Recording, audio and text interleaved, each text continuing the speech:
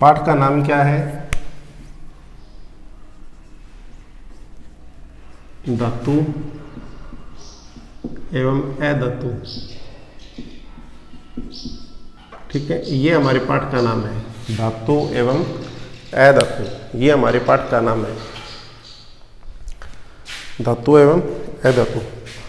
तो देखो बच्चों, धातु किसे कहते हैं? सबसे पहले ये देखो, धातु क्या होती है कि आपको पता है कि इस दुनिया के अंदर जितनी भी वस्तुएं हमें दिखाई दे रही है, सब के सब पदार्थ हैं। सब के सब क्या है? पदार्थ हैं। और पदार्थ होते हैं, ठोस भी हो सकते हैं, द्रव भी हो सकते हैं और गैस भी हो सकते हैं। अब जो ठोस पदार्थ हैं वो दो तरह के होते हैं। एक तो विद्युत धारा के सुचालक होते हैं और एक विद्युत धारा के कुचालक होते हैं। अब वे पदार्थ जो विद्युत धारा के सुचालक हैं वे लगभग धातु होते हैं। कैसे? आपको एग्जांपल बताता हूँ। जैसे लोहा है, सोना, चांदी, कॉपर, एल्युमिनियम, जिंक, ये सब के सब क्या है? धातु बोलते हैं हम इनको। इनके नाम लिखता हूँ मैं, आराम से आप समझो। जैसे मैंने नाम बोला, लोहा, कॉपर, कॉपर का मतलब तांबा। ठीक है, तांबा मैं लिख देता हूँ, तांबा, कॉपर, एल्यूमिनियम। पाठ आपके बहुत अच्छी तरह से समझ में आएगा इन एग्जाम्पल से। ठीक है, इन नामों से आपको पाठ समझ में आएगा। एल्यूमिनियम, सोना, चांदी, इनके नाम से आपको समझ में आएगा पाठ। अब ये सब के सब क्या हैं? धातु हैं। इनको धातु क्यों बोलते हैं? आप समझो इस बात को। थोड़ा सा आपको मैं पिछली कक्षा में लेके चलता हूँ, 9th क्लास में। आपको पता है कि जितने भी पदार्थ हैं और पदार्थ का सबसे सूक्ष्म रूप जो है वो परमाणु होता है। परमाणु।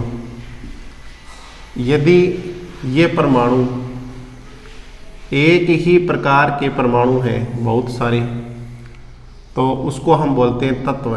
क्या बोलते हैं? तत्व। तत्व का मतलब और परमाणु का मतलब क्या है, पहले तो वो समझो आप। कि कोई भी सूक्ष्म कण जिसको हम तोड़ नहीं सकते, जिसको हम तोड़ नहीं सकते, विभाजित नहीं कर सकते, सूक्ष्म कण। मान लो ये मार्कर मेरे हाथ में है और इस मार्कर को इतना छोटे छोटे टुकड़ों में तोड़ दें कि लास्ट में एक टुकड़ा ऐसा है कि वो हम नहीं तोड़ सकें। वो छोटा सा टुकड़ा जो है वो परमाणु है। अब परमाणु कौन कौन से होते हैं? परमाणु ये होते हैं, देखो आपको समझ में आएगा। देखो परमाणु ये हैं, जैसे hydrogen, helium, lithium, beryllium, boron, carbon, nitrogen, oxygen, fluorine, neon. इस तरह से लगभग 118 हमारे पास परमाणु हैं। अब इनको परमाणु और इन्हीं को तत्व क्यों बोलते हैं? देखो, एक छोटा सा सोने का टुकड़ा है, ठीक है, वो परमाणु है। छोटा सूक्ष्म टुकड़ा है जिसको हम आगे और तोड़ नहीं सकते, अविभाजित है, तो वो परमाणु हो गया। लेकिन सिर्फ और सिर्फ सोना है, चाहे वो कितना भी बड़ा हो सकता है। जैसे इतना बड़ा भी हो सकता है, इतना बड़ा भी हो सकता है और इतना बड़ा भी हो सकता है। चाहे ये पूरा का पूरा रूम भर जाए, इतना सारा सोना हो, चाहे सोने के बिस्किट हो, उसके अंदर यदि लोहा नहीं मिला हुआ, कार्बन नहीं मिला हुआ, कॉपर नहीं मिला हुआ, सिर्फ और सिर्फ वो सोना है, तो कहने का मतलब क्या हो गया कि उस पूरे में एक ही परमाणु है, कोई दूसरे परमाणु की उसमें मिलावट नहीं है। तो उसको हम बोल देते हैं तत्व। क्या बोल देते हैं? तत्व। ठीक है, इतनी बात तुम्हारी समझ में आ गई कि तत्व का मतलब क्या है कि एक ही प्रकार के परमाणु, एक ही प्रकार के परमाणु तत्व कहलाते हैं। अब वो तत्व परमाणु इतना सा भी हो सकता है और वो इतना बड़ा भी हो सकता है, या कितना भी बड़ा हो तत्व है। अब तत्व बच्चों, इनको तत्व भी बोलते हैं। क्यों बोलते हैं? मान लो ये हाइड्रोजन है तो हाइड्रोजन एक सूक्ष्म है तो ये परमाणु है, और सिर्फ ये हाइड्रोजन है, सिर्फ और सिर्फ हाइड्रोजन मिली हुई है तो ये तत्व भी हो गया। ठीक है। इसी तरह से कार्बन परमाणु और तत्व दोनों है। सूक्ष्म कण है तो वो परमाणु हो गया, और यदि बहुत ज़्यादा संख्या में है, इस तरह से देखो, इस तरह से C1 C2 C3 C4 कितनी भी संख्या हो सकती है, तो ये क्या है? तत्व है। इसमें किसी कोई दूसरा परमाणु इसमें नहीं मिला हुआ। यदि इस तरह से कोई परमाणु मिल जाए CO2, तो ये अब तत्व नहीं है, अब ये तो क्या हो गया? अणु हो गया। क्या हो गया? अणु। समझे बात को? इन बातों से कोई मतलब नहीं है आपको। पाठ में क्या काम इनका, क्यों मैंने बताया, वो आपको बताता हूँ कि तत्व का नाम बताना बहुत ज़रूरी था। किस लिए? अब समझो, अब आएगा तुम्हारी समझ में कि तत्व जो है ना, ये 3 प्रकार के होते हैं। कितने? 3 प्रकार के।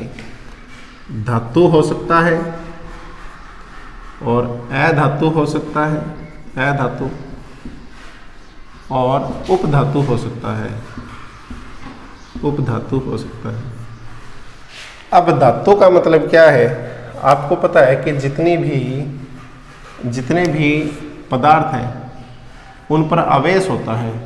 पदार्थ 2 तरह के हैं, एक तो सुचालक है, सुचालक, और एक है विद्युत के कुचालक।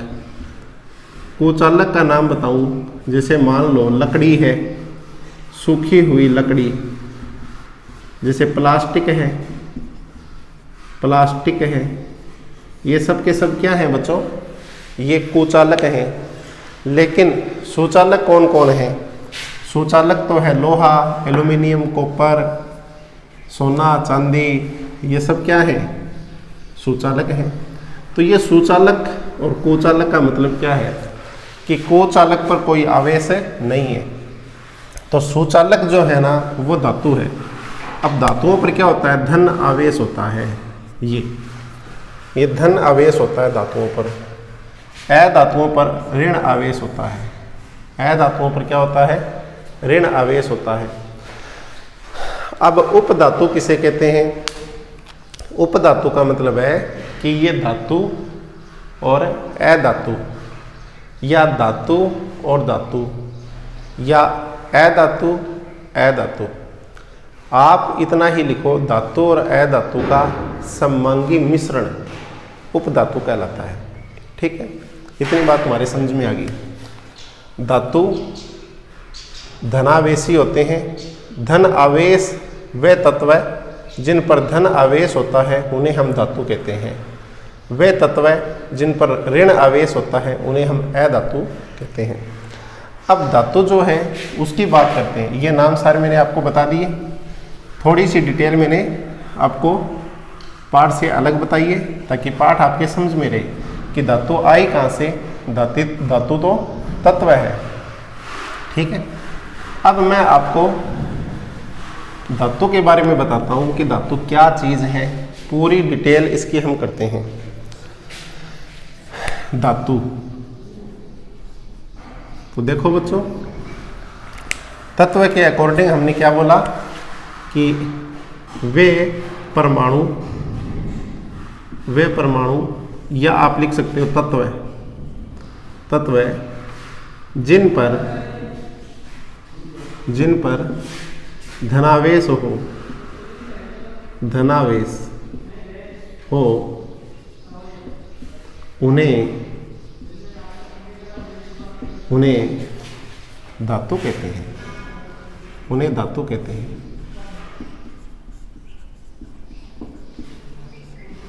इतनी बात हमारी समझ में आ गई है। अब धातु के 2 गुण होते हैं, भौतिक गुण और रासायनिक गुण। धातु के गुण जो हैं वो 2 हैं। कौन कौन से? भौतिक गुण और रासायनिक गुण।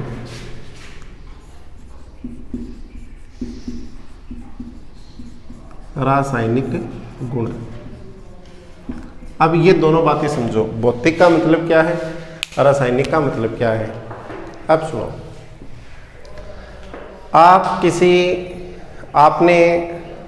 आप अपने भाई की शादी कर रहे हैं, ठीक है, और नई दुल्हन उसके ला रहे हैं। अब सबसे पहले क्या करते हैं, घर वाले लड़की को पसंद करते हैं जा करके।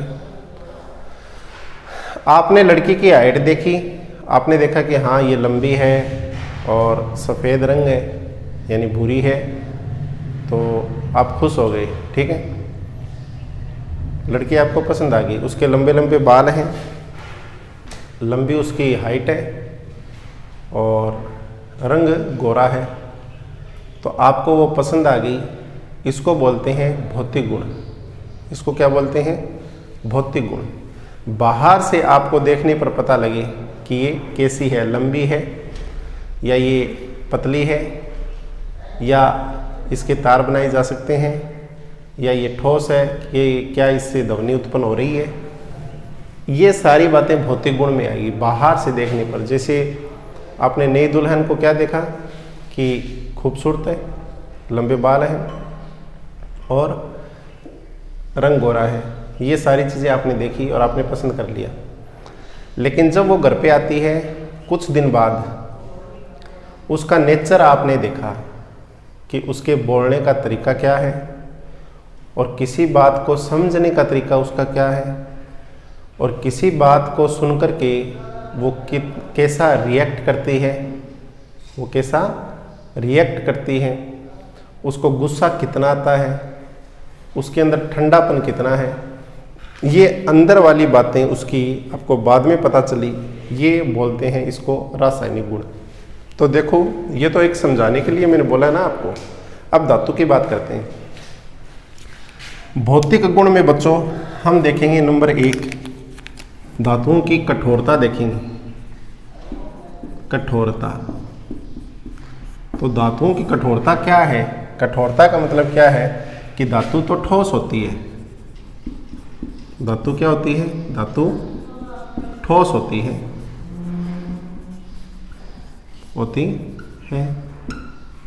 धातु क्या होती है, ठोस होती है। लेकिन अपवाद भी है। अपवाद क्या है वो देखो, अपवाद ये है कि सोडियम, लिथियम मात्रा छोटी बड़ी हो सकती है, कोई दिक्कत नहीं है, ठीक है। लिथियम और पोटेशियम, ये 3 धातु ऐसी है कि इनको चाकू से काटा जा सकता है। इनको चाकू से काटा जा सकता है।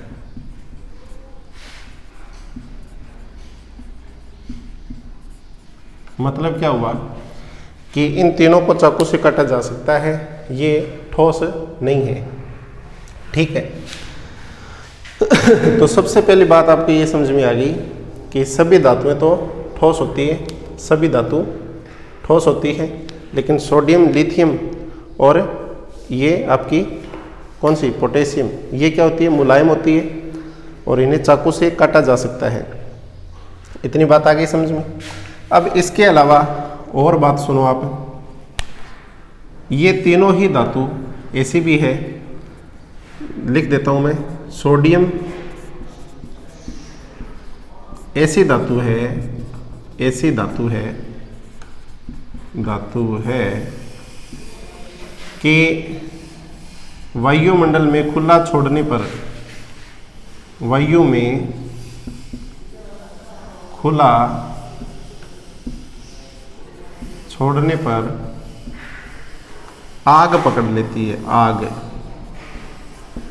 आग पकड़ लेती है। आप साथ साथ में लिख लो, नोट्स बना सकते हो ताकि अच्छा याद हो आपके। पकड़ लेती है, इसलिए इन्हें केरोसिन में डुबो के रखा जाता है। इन्हें केरोसिन में, केरोसिन क्या होता है, मिट्टी का तेल होता है, जैसे पेट्रोल है, डीजल है। केरोसिन में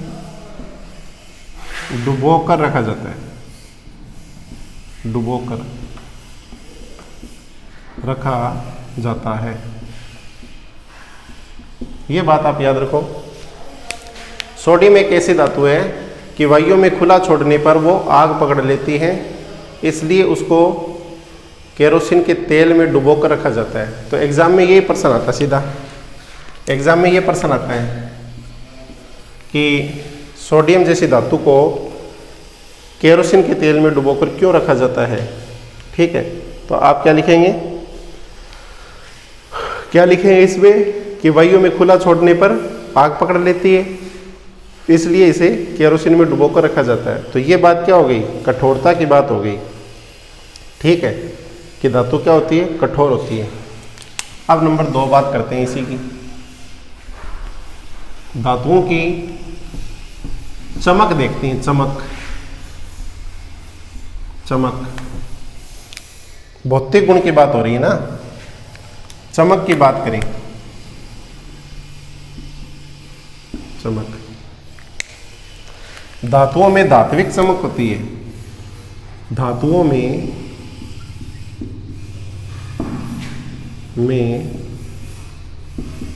धात्विक चमक होती है,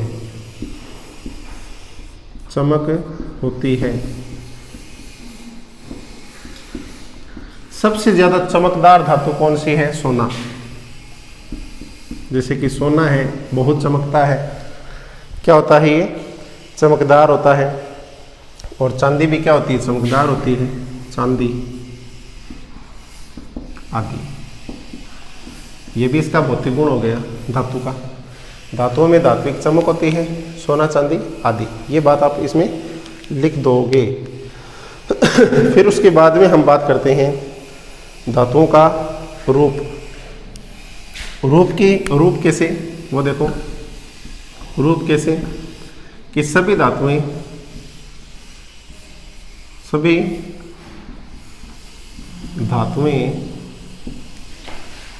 ठोस होती है, ठोस होती है, बिल्कुल ठीक बात है। लेकिन ठोस अवस्था बताइए ना इसने, ठोस यानी ये अवस्था बताइए इसने, अवस्था। अवस्था पदार्थ की 3 होती है, ठोस, द्रव और गैस। ऐसी धातु भी है जो कमरे के तापमान पर क्या है, द्रव है। तो मरकरी, जिसको हम पारा बोलते हैं, जिसको HG से लिखते हैं, ये कमरे के तापमान पर क्या होती है, द्रव होती है। कमरे के ताप पर द्रव होती है।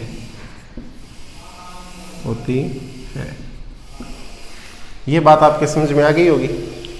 अगर रूप की बात करें, धातु के रूप की, तो धातु का रूप कैसा है कि सभी धातुएं ठोस होती है, लेकिन मरकरी जैसी धातु क्या है, कमरे के तापमान पर द्रव होती है। तो एग्जाम में ये सीधा प्रश्न आता है कि ऐसी धातु का नाम लिखो जो कमरे के तापमान पर क्या है, द्रव है। तो आप लिखो मरकरी। ठीक है, इसके बाद में नंबर 3 आघात वर्धनीयता। आघात वर्धनीयता का मतलब क्या है बच्चों, आघात वर्धनीयता का मतलब सीधा ही है, चादर बनाई जा सकती है धातुओं की। तो हम क्या करेंगे कि धातुओं को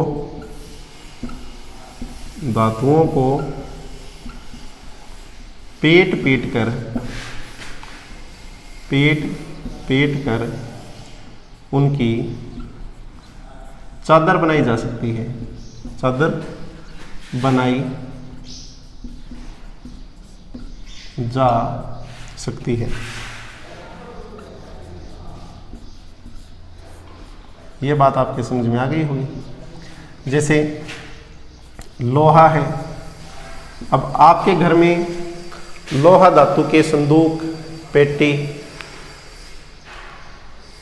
और बेड, ये आपके घरों में मिलते हैं ना। टंकी जिसमें आप अनाज रखते हो, तो ये क्या है, उनको लंबा चादर रूप में क्या कर दिया गया, बनाया गया ना। तो ये किससे बना, धातु से बना है। उनको पेट करके उनकी चादर बनाई जा सकती है। तो धातुओं को पीट पीट कर उनकी चादर बनाई जा सकती है। जैसे लोहा है और तांबा भी हो सकता है, एल्यूमिनियम हो सकता है, एल्यूमिनियम। अब एल्यूमिनियम के दरवाजे खिड़कियां बनती है ना, दरवाजे खिड़की बनती कि नहीं बनती, पतली पतली चादर बनाई जाती है।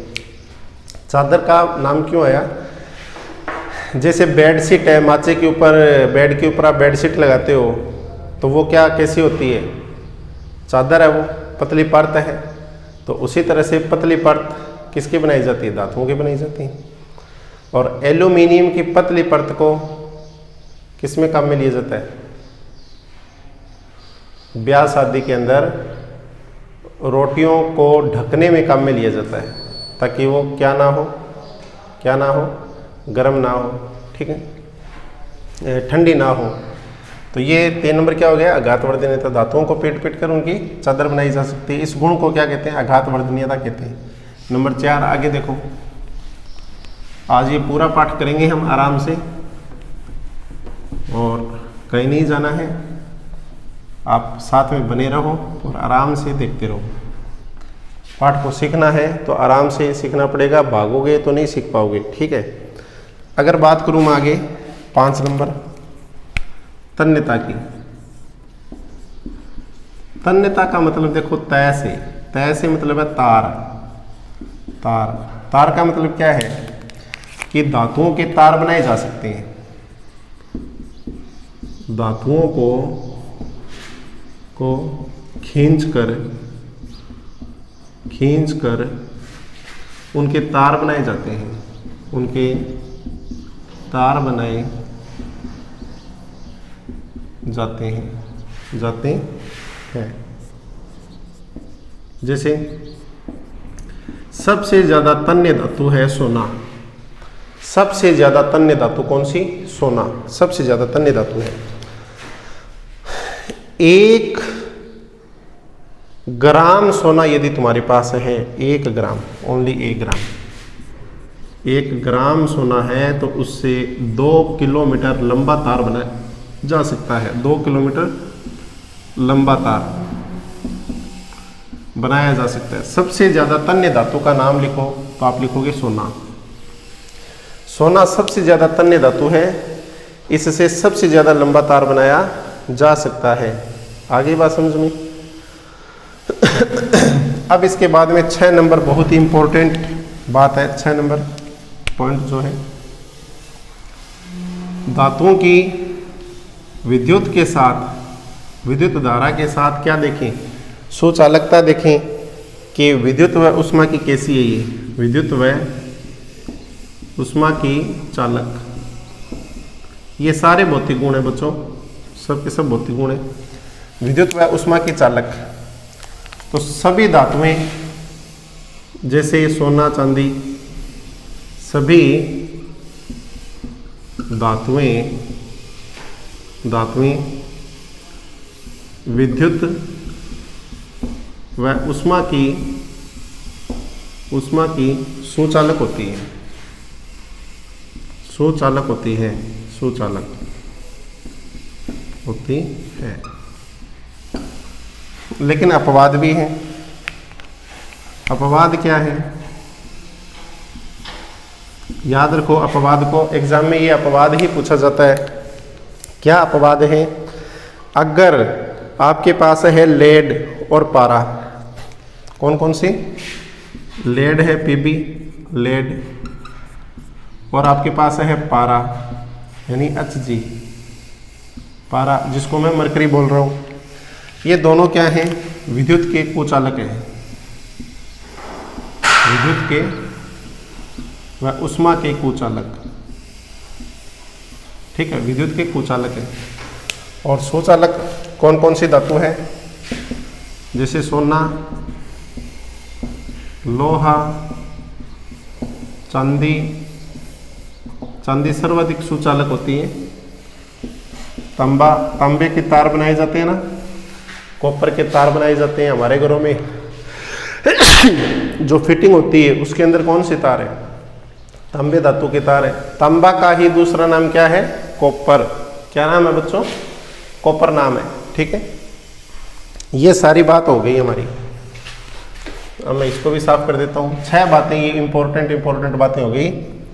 अघात वर्धनीयता का मतलब चादर बनाई जा सकती है, तन्यता का मतलब तार बनाए जा सकते हैं। सोना सबसे ज़्यादा तन्य है, 1 ग्राम सोने से 2 किलोमीटर लंबा तार बनाया जा सकता है। और विद्युत व ऊष्मा की चालक की अगर बात करें तो धातुएं विद्युत व ऊष्मा की सुचालक होती है, लेकिन लेड और पारा विद्युत के कुचालक होते हैं। इतनी बात ये हो गई। मतलब बाहर से जो चीज़ें हम देख रहे हैं धातु की वो भौतिक गुण है, और ये सारी बातें हम बाहर से देख रहे हैं, ठीक है, कि सुचालक है या नहीं, कठोर है या नहीं, कमरे के तापमान पर द्रव है या नहीं, क्या इनको हम चाकू से काट सकते हैं, नहीं, ये सारी बातें आ गई। अब 7 नंबर है इसी के अंदर ध्वनिक। अब आपको पता है कि स्कूल के अंदर घंटी भी किसकी बनी होती है? धातुओं की बनी होती है। धातुओं की क्यों बनी होती है? कि धातुओं में ध्वनि उत्पन्न होती है। धातुओं में ध्वनि उत्पन्न होती है, ध्वनि उत्पन्न होती है। इसको समझो आप। अब जैसे मेरे ये हाथ है और इनसे मैंने ताली पीटी है, अब आपको अवसर इससे भी ध्वनि उत्पन्न हुई है। इस ध्वनि में और धातु वाली ध्वनि में अंतर क्या है वो समझो। आप यदि स्कूल से 1 किलोमीटर दूर हो और आपके स्कूल की घंटी बज रही है, टन टन टन टन टन टन बज रही है, तो वो आपको 1 किलोमीटर दूर तक सुनाई देगी, ठीक है। क्या आपको ये सुनाई देगी? नहीं देगी, नहीं देगी ना। तो इसका मतलब क्या हुआ? धातुएं क्या है? ध्वनिक है, उनमें ध्वनि उत्पन्न होती है, ठीक है। जितनी तेज हम इसको पीटें और उतना ही तेज धातु को पीटें तो धातु से ज़्यादा ध्वनि उत्पन्न होती है। धातुओं का गलनांक अगर हम देखें, गलनांक, तो देखो बच्चों, गलनांक की बात करें। गलनांक का मतलब क्या होता है? जिस तापमान पर कोई भी ठोस दरों में बदल जाए, वो गल जाए, पिघल जाए, उसको गलनांक बोलते हैं। तो लोहा धातु को गर्म करके उसको दरों में बदलें तो क्या हम उसको गैस पे गर्म करके बदल सकते हैं? क्या चूल्हे पे गर्म करके बदल सकते हैं? नहीं, वहाँ तो तापमान बहुत कम है। जिस तरह से कच्ची मिट्टी को हम ईंट के भट्ठों में पकाते हैं और उसका तापमान इतना ज़्यादा होता है, भट्ठों का, ईंट जहाँ पे पकती है उस भट्ठी का, कि आदमी को अगर उसमें डाल के और ऐसे निकाला जाए तो 1 सेकंड से पहले उसकी मौत हो जाएगी, वो मर जाएगा, वो पिघल जाएगा, उसकी हड्डियाँ भी पिघल जाएगी, इतना ज़्यादा तापमान उसके अंदर होता है। तो उसी तरह से लोहा, तांबा यानी कॉपर, एल्यूमिनियम, सोना, इनका गलनांक क्या होता है? बहुत अधिक होता है, बहुत अधिक होता है। यदि इसमें मैं एक कॉपर धातु का गलनांक आपको बताऊं, कॉपर का, तो कॉपर का जो गलनांक है, कॉपर का गलनांक, कॉपर का गलनांक होता है बच्चों 1058 डिग्री सेंटीग्रेड। अब इसको समझो आप, 100 डिग्री पर पानी उबल जाता है, पानी उबलने लगता है, उबलने, आगे बात समझ में। अब 100 से 10 गुना ज़्यादा है ये तापमान, 1058 डिग्री तापमान जब हम कॉपर धातु को देंगे तब ये दरों में बदलेगी। तब ये किस में बदलेगी? दरों में बदलेगी, तब जाकर के ये, तो आप देख लो फिर, ठीक है। आगे बात समझ में। तो धातुओं का गलनांक क्या होता है? उच्च होता है। तो हम ये बात लिखेंगे, धातुओं का गलनांक उच्च होता है, धातुओं का गलनांक उच्च होता है, उच्च होता है।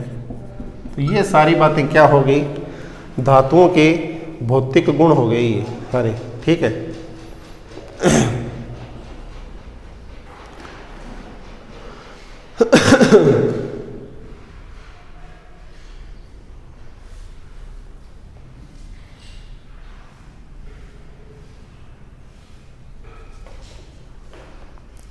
अब हम इसके बाद में बात करेंगे बच्चों, ये तो भौतिक गुण हो गए धातुओं के, ठीक है।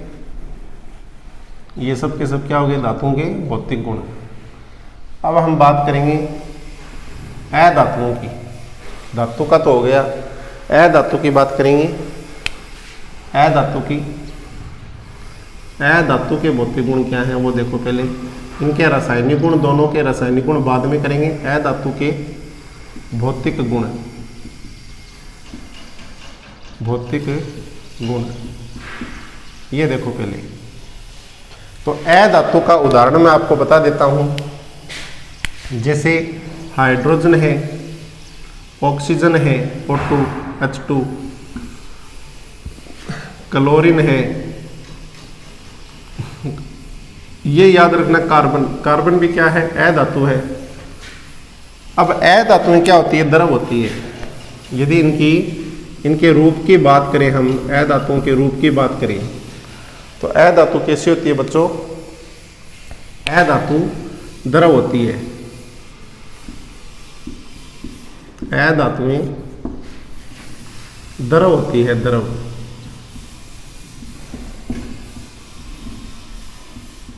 लेकिन इसमें भी अपवाद है। अपवाद क्या है,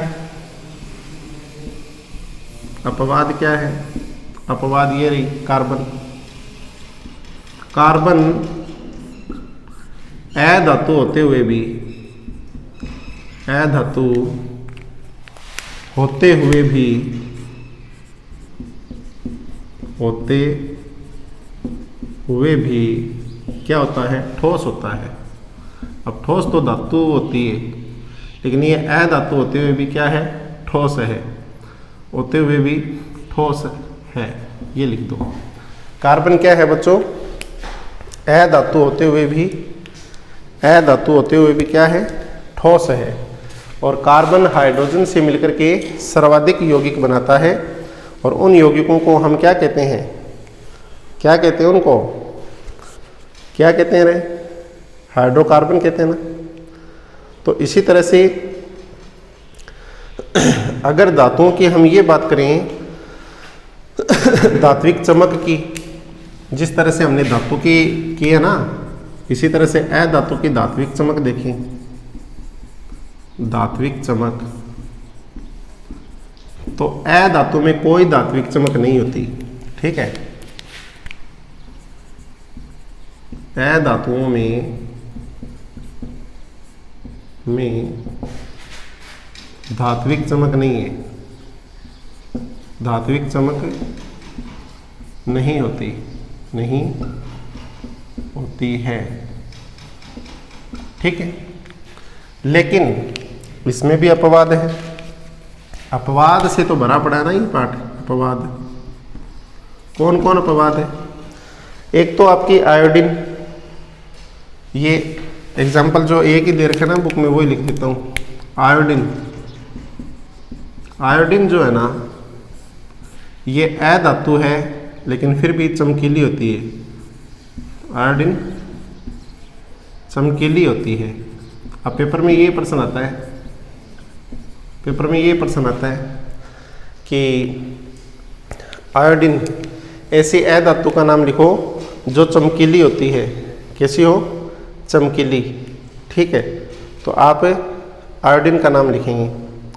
और इसी तरह से बच्चों देखो, मैंने आपको ये बताया ना, कार्बन, कार्बन अधातु होते हुए भी क्या है, ठोस है।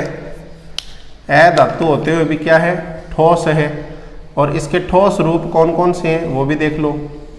एक तो है हीरा, ग्रेफाइट, ग्रेफाइट, और एक है फुलरिन, फुलरिन।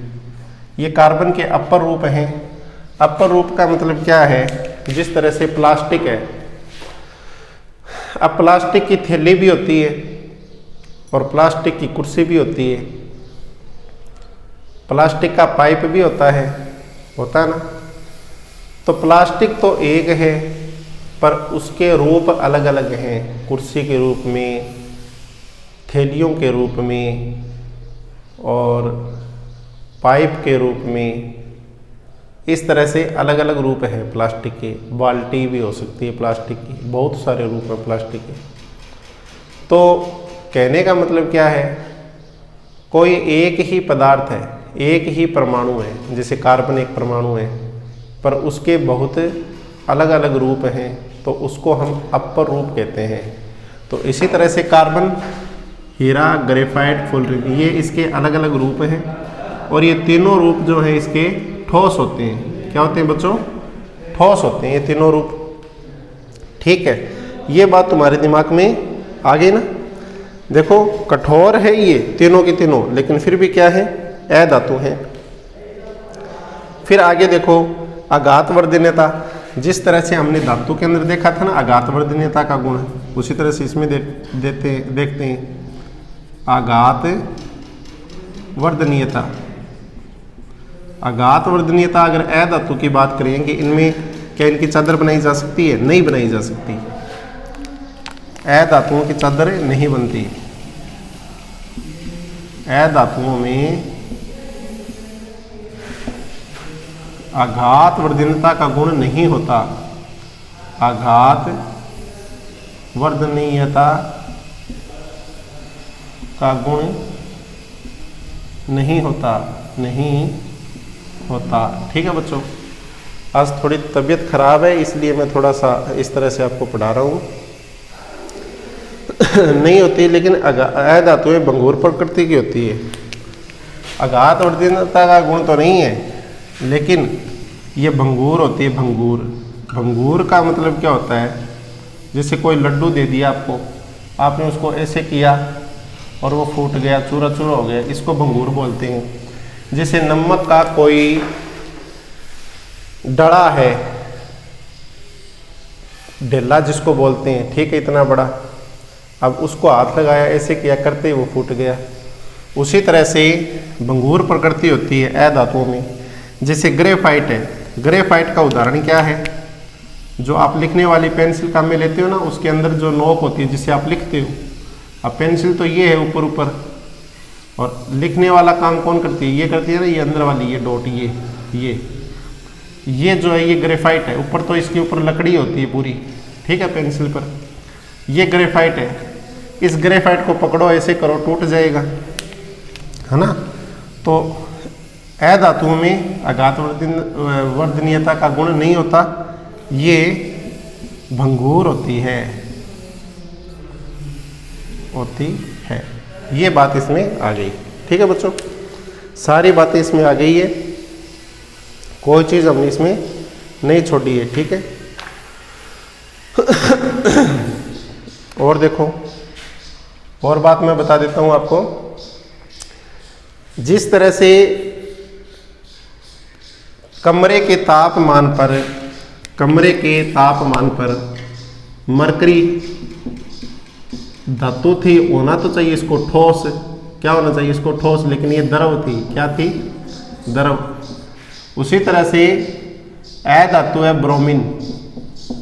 ब्रोमीन। वो क्या है? कमरे के तापमान पर द्रव है। क्या है? द्रव। इसी तरह से आप देखो कि सोडियम को चाकू से काटा था, सोडियम को चाकू से काटा था ना। लेकिन इसी तरह से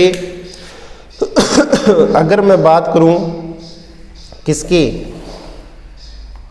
सीजियम की और गैलियम की, किसकी बात करूं? सीजियम की और गैलियम की। ये सीजियम और गैलियम दोनों ऐसी है कि हथेली पर रखने पर तो ये पिघलने लगेगी। ये इंपॉर्टेंट बात है। सीजियम और गैलियम, ये दो धातु ऐसी है कि अगर आप इनको हथेली पे रखोगे तो हथेली से ही उष्मा पा करके ये पिघल जाएगी। ठीक है। अब धातु को होना तो क्या चाहिए? ठोस। लेकिन अपवाद है। क्या अपवाद है? कि मरकरी तो कमरे के तापमान पर द्रव है, धातु है मरकरी, इस पे धनावेश पाया जाता है, फिर भी ये कमरे के तापमान पर क्या है, द्रव। इसी तरह से सीजियम और गैलियम क्या है, हथेली पे रखोगे पिघल जाएगी, उड़ जाएगी, ठीक है, धातु है फिर भी। तो ये सारी बातें धातुओं के भौतिक और रासायनिक सारे भौतिक गुण आ गए धातु और अधातु के, ठीक है।